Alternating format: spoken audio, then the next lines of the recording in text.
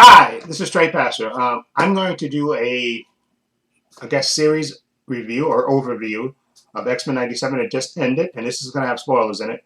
It just ended. The last episode aired on Wednesday, okay, but it's already been renewed for season two. I think, and even season three, and it's been a great show. Anyway, like I said, there was a lot of skepticism, I guess, by the certain people about the show before before it aired and stuff.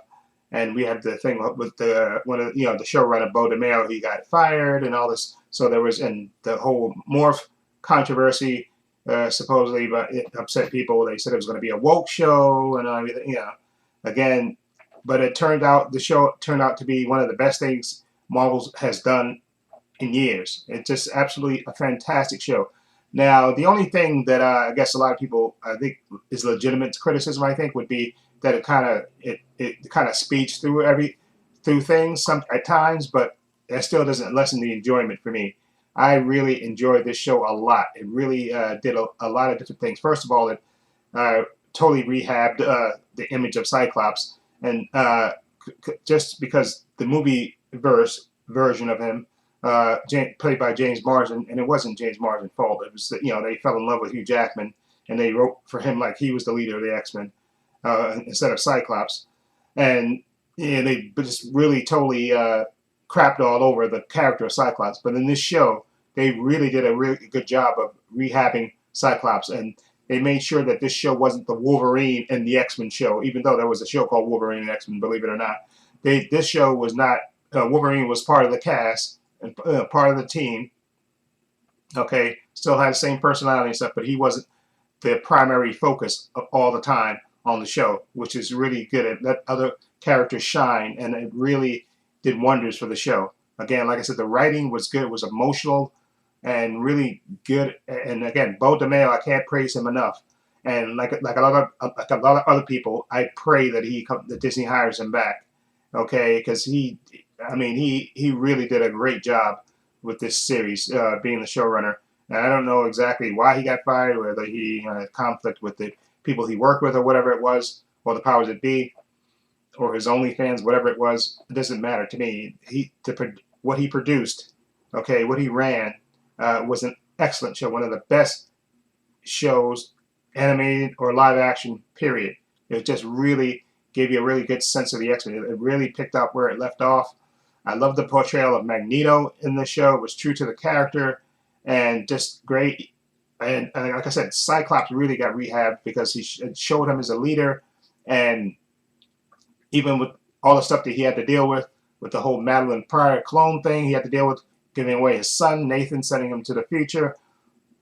All this stuff that he had to deal with, he really, the Sentinels and all this stuff, the anger that he had to try to suppress, at times, especially I think there was an episode, I think when, I forgot which episode it was, when he was getting interviewed by a reporter, and he basically just told her off and said, listen, okay, you're lucky that we do what we do, or else you wouldn't be alive. We weren't here so he was basically telling her, to F off, because don't pander to me, okay?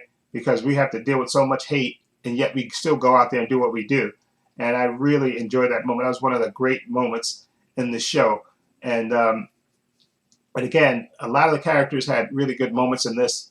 The whole Gambit.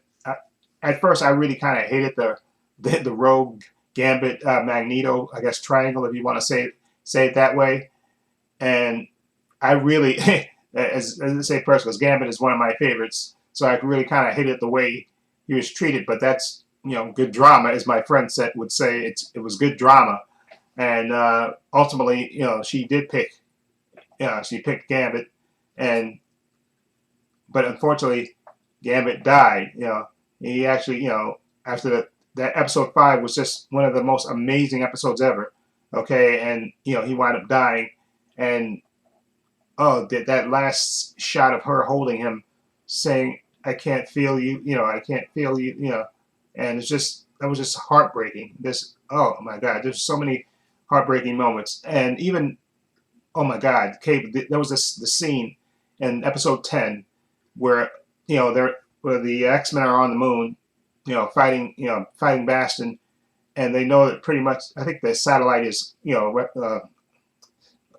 asteroid M, because it's basically going to crash into the Earth, and Cyclops and Jean Grey, or Scott Summers and Jean Grey, they go to Cable and or Nathan and tell him, they say their goodbyes to him, and he talks about, in the future how he used to hear the stories of the X-Men and stuff, and he hated it because he should have been with his parents, and he should have been living those adventures and stuff.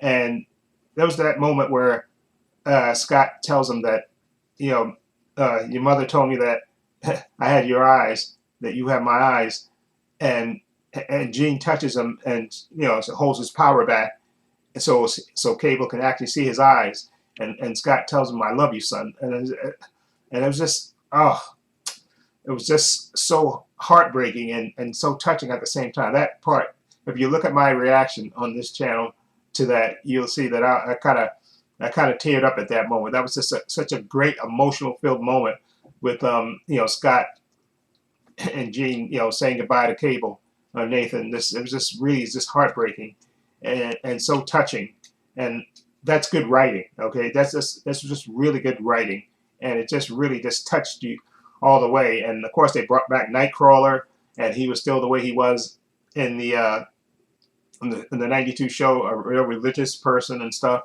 and he still had that connection with Rogue because they were both, well, he wasn't both. I was gonna say they were both raised by what's her name? Yeah, I can't think of her name now. But he wasn't raised. She gave him away. I can't remember. Jesus, I'm so sorry. I'm blanking on her name. But she gave him away. Hold on for a minute, because it's gonna kill me that I can't remember her name. Hold on. Nightcrawler. Hold on. Nightcrawler's mother. Nightcrawler mother. Yeah, Mystique. I'm sorry, Mystique. And they still have that connection. He was born of Mystique, and she gave him away because she didn't want, because of the way he looked. But she raised Rogue after she had ran away, and they still had a deep connection to each other, which was really good to see. And of course, Beast Hank, he was still the the brainiac guy, basically brain, basically nerd brain guy of the group, and I really love his portrayal. And I'm telling you who else. Storm had a moment. I wish she was in it a little bit more. They gave her the arc where she lost her powers, but I think 2 episodes later she got them back, and they actually showed her comic.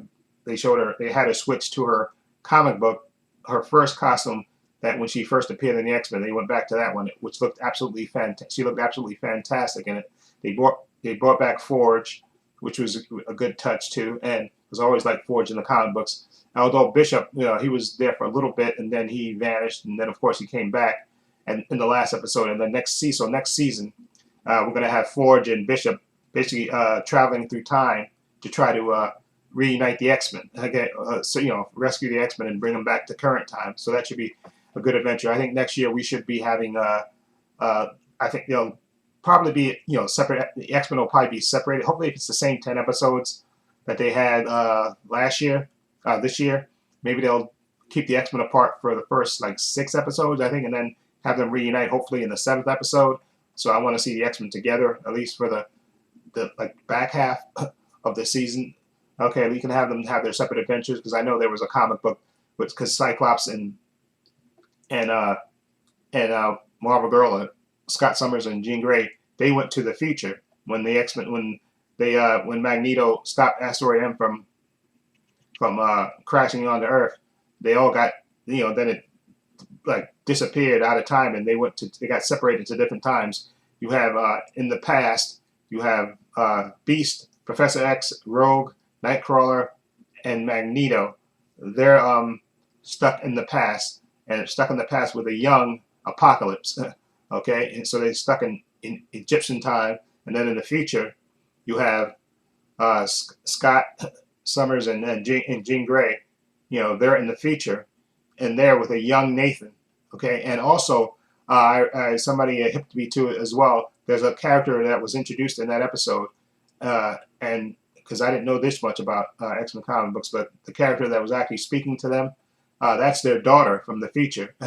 Okay, so, and I know there was a comic book with, Cyclops and Marvel Girl. They had a couple. I don't know how long it lasted, but I know there was a comic book with them. So I guess I'm assuming they're gonna have a couple of, maybe one episode or two episodes with them, Scott and Jean in the future with Nathan and stuff, which would be cool with their son, and maybe the same thing with the X-Men that are stuck in the past.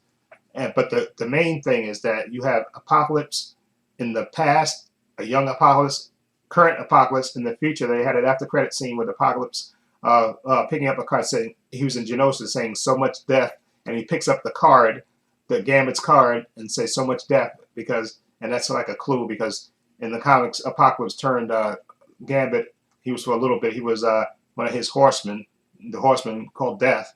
So we know Gambit's coming back, and he'll be unfortunately working for Apocalypse, I guess, until the X-Men can talk him down and stuff. Maybe revert him back to his old self. And then we got the future. I think where Nathan is supposed to. I think Apocalypse is in the future as well. I think that's who I think Nathan or Cable fights in the future. So we have Apocalypse all throughout. There's a theme next. I guess next season's gonna be the theme is gonna be Apocalypse. So maybe, like I said, the X-Men will be separated for the first 6 episodes, and then hopefully maybe the 7th episode they all come back together, and then maybe in the future, in the present, they all have to battle Apocalypse, which was how I would love to, looking forward to that. But overall, like I said, this season it was great. The whole Madeline clone thing, and Cyclops, and I'm glad they had a moment. They had a moment. I just didn't want none of that Wolverine pining over Jean, although he does still, he's still in love with her, but and then she, when her and Scott was having issues, she kissed him, but he told her, he pushed it aside, so you go talk to Scott. He had respect for Scott enough not to try to hone in. And I greatly respect that they wrote it that way. And now I know there was a big whole controversy about Morph because everybody was saying, oh, Morph is going to be a non-binary character, and people were whining and bitching and complaining about it, saying the show's going to be woke. But they handled it really exceptionally well. The character of Morph was handled great because we got to see him change into all these different characters. He got changed into the Hulk, Archangel, Quicksilver, all these different characters. But we know, and they were no blatant about it. They were really blatant about it in the last episode, episode 10, after Wolverine, had gotten the adamantium ripped out of him from Magneto, and he was recovering, and in the medical bay and on the Blackbird, and he was like calling Jean's name, and Morph was with him and said, he said, I'll do it. I know she can't do it, but I'll do it for you. And he changed into Jean Grey, and then he said, I love you, Logan, which of course we know that he has a crush on Logan. Okay, it's going to be one of those unrequited crushes. But I thought that was another sweet moment that they did, having Morph, because we know Morph really does care about Wolverine. He really is in love with him, but it's going to be, again, it's going to be kind of a unrequited. I think it's going to be an unrequited love, because I don't think they're going to go there with Wolverine. Because they kept showing Silver Samurai, so I definitely think. Oh yeah, and one other thing, when the asteroid M blew up and everybody split into time, and they showed the other 5 X-Men and Magneto, I guess, for him in the past with young Apocalypse, and they showed Scott and Jean in the future with their son Nathan and their daughter Rachel. They didn't show what happened to Storm. They didn't show what happened. Well, we know Jubilee and Sunspot are in the present because they got off Asteroid M, so they're in the present. Okay, but they didn't show what happened to Storm. Well, I'm trying to think who else. Yeah, I think they didn't show what happened to Storm. So I don't know if Storm's going to be in the present. They didn't show what happened to Wolverine and Morph. Okay, so we don't know what happened to those characters. So Wolverine, Morph, Storm. We don't know what happened to those characters, if they're in the present, past, or future. Okay, and obviously they're not in the present because Forge said he looked everywhere for Aurora, his love. So she can't be in the present. So she might be in the future, or she might be in the past. Maybe she just landed in a different area. So she could be her and Morph and Wolverine. They could be somewhere because Forge, I said he actually looked for them. So. and we got that great cover that they had, that John Byrne and Terry Austin drew, when that kind of a Days of Future Past cover with all the X-Men on there, where it said deceased, missing and all that stuff. They did show like a brief shot of that when Bishop came into, to talk to Forge. So we saw that. So we don't know technically where Storm, Wolverine, and Morph are, but we know Jubilee and Sunspot are in the present, along with Forge and Bishop. So I can't wait to see what they're gonna do next season with Apocalypse. That should be real. That'll be the overarching arch for season 2, which is great. And again, I love what the writers did with the various X-Men stories. They put them in. They put them into the show, and like I said, they kind of went kind of fast with some of the stories, but it still didn't bother me. It really was just really good storytelling, really good dramatics, really good heart. And that's what I said. The show had a lot of heart, a lot of great moments, a lot of emotional moments as too. Like I said, Gambit dying, Wolverine getting his adamantium ripped out of him. Just a lot. Even like I said, this last episode with them, the Scotts and Jean saying goodbye to Nathan. That was just that again brought tears to my eye. That's how good that scene was. And I'm gonna look it up and Google it and see with other people, because I'm sure somebody has separated that scene out, because that scene was just so good. Because Scott's history of being abandoned by his father. Actually, he didn't get abandoned by his father. He was with his father and his mother, if I remember the history right, and they got attacked. Their plane got attacked, and the father I think the mother put the parachute on Scott and told him to hold on to his brother Havoc, and pushed him out of the plane and stuff. And then that's when there was an accident, and Alex and Scott got separated, and that was the accident that also caused Scott not to have control over his mutant ability. That's why he has to always have the thing on his eyes, because he can't control the optic beams that come out. But I also think, but they were actually kidnapped by the Shear, and we know Scott's father became Corsair, leader of the Starjammers. I think that's what they're called, the Starjammers. He became that, and their mother actually she got murdered by one of the Emperor. I think one of his crazy brother. He got married, and he also, I think in the comics, has a half brother, because he raped Scott's mother, and unfortunately she had a kid, and then I think she died. So Scott does that. So Scott has another brother besides Alex. Okay, but anyway, so Scott, his whole thing was he didn't want to abandon Nathan. He really didn't want to do it, and he didn't want it because he didn't want to be like his father. He thinks his father abandoned him, but because he never came for them. But obviously, there was circumstances that happened. But he didn't want to do the same thing to his son. So when there came to that time that he had to, take him to the future, Scott just couldn't say goodbye, because he didn't want to be like his father, unfortunately. And that's why he apologized to Nathan and said, "I'm sorry, I never got to say goodbye to you, because I didn't want to be like my father and just walk away." And it was so touching. It's such a touching moment. And again, Nathan understood it, and you could just tell he understood. And you could tell that he loved his parents. That scene is so good. Just watch that scene.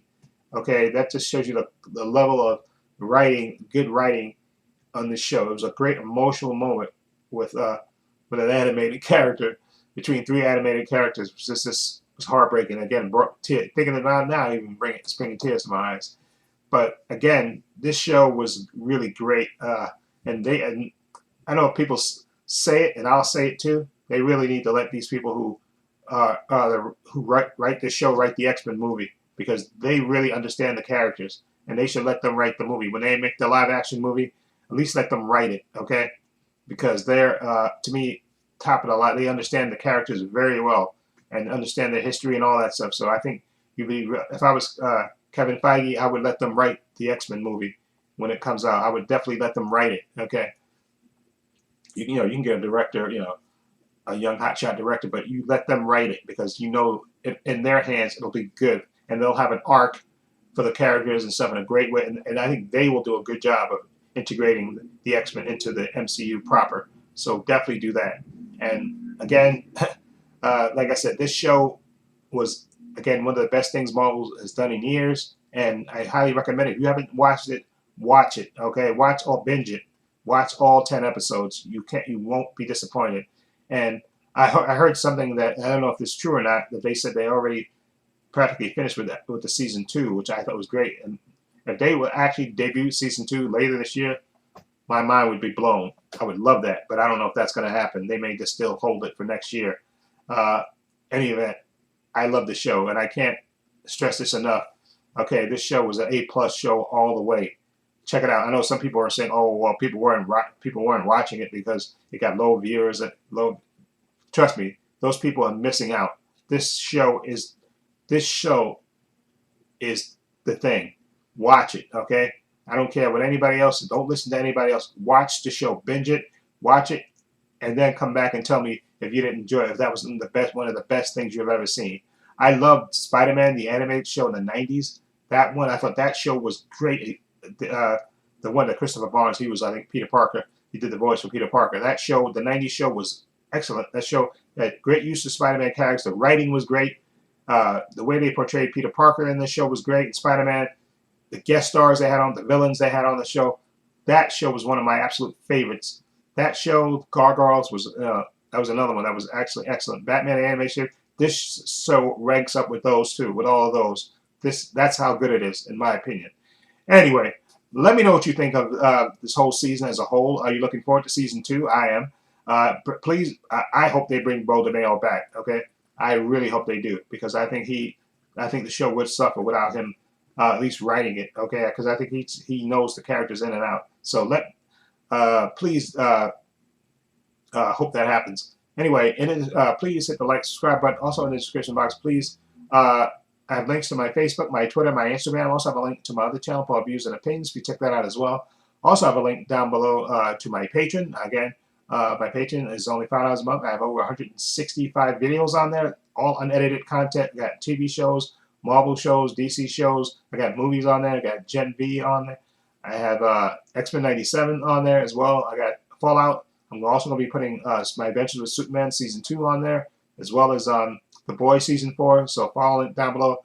Check it out if you want to support me that way. Also, please give this video a thumbs up. It helps the channel, and I truly appreciate it. Also, hit the subscribe button, hit the notification bell so you know when I upload new content to this channel. And this is Trey Pastor saying so long and take care.